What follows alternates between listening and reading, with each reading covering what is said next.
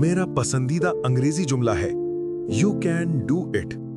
मुझे ये अल्फाज बेहद पसंद हैं। ये छोटे हैं मगर इनमें एक जबरदस्त ताकत छुपी है। जब मैं थक जाता हूं तो खुद से कहता हूं यू कैन डू इट।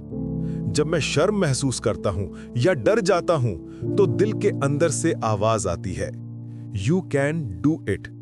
मैं इन अल्फाज को बार बार दोहराता हूं। ये मुझे उम्मीद देते हैं, हौसला देते हैं। मैं ये जुमला अपनी कॉपी में लिखता हूं।